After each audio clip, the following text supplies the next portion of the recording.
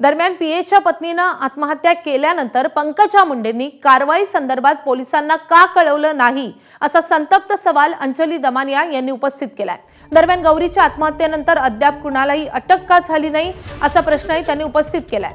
दरम्यान गौरीचा पती अनंत गरजेचे विवाहबाह्य संबंध असल्याचा खळबळजनक आरोपही दमानिया यांनी केलाय।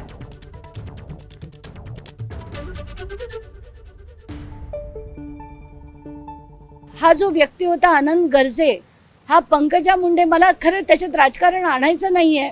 मला दुःख हे का होतंय की पंकजा मुंडे यांना तर रात्री कळलं असेलच, पण तरी त्यांनी पोलिसांना फोन करून निदान चांगली कारवाई करा आणि तो माझा पीए असेल तरी त्याच्यावर कारवाई झाली पाहिजे असं म्हणणं अपेक्षित, तेवढं तरी म्हणणं अपेक्षित आहे।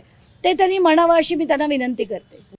आता फेब्रुवारी पासून आतापर्यंत 9 महिन्यात ते म्हणे बऱ्याच वेळा तिला मारल्याच्या खुणा चेहऱ्यावर दिसायच्या, म्हणजे तिला मारहाणी नेहमी होत होती।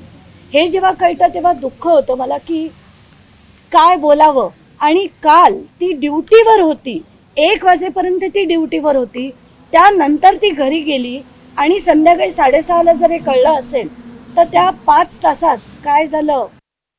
तिचं असं म्हणणं होतं की ती आधी ज्या बीडीडी चाळीत राहायची तिथून त्यांना जेव्हा नवीन मोठ्या टॉवरमध्ये जेव्हा त्यांना शिफ्ट करायचं होतं तेव्हा त्या पॅकिंगच्या वेळेस तिला काही पेपर मिळाले ज्याच्यात एक किरण इंगळे नावाची कोणी बाई होती, ती तिचा गर्भपात करण्यासाठी जेव्हा हॉस्पिटलमध्ये नेण्यात आलं होतं त्याच्यात तिच्या नवऱ्याचं नाव अनंत गर्जे लिहिलेलं होतं।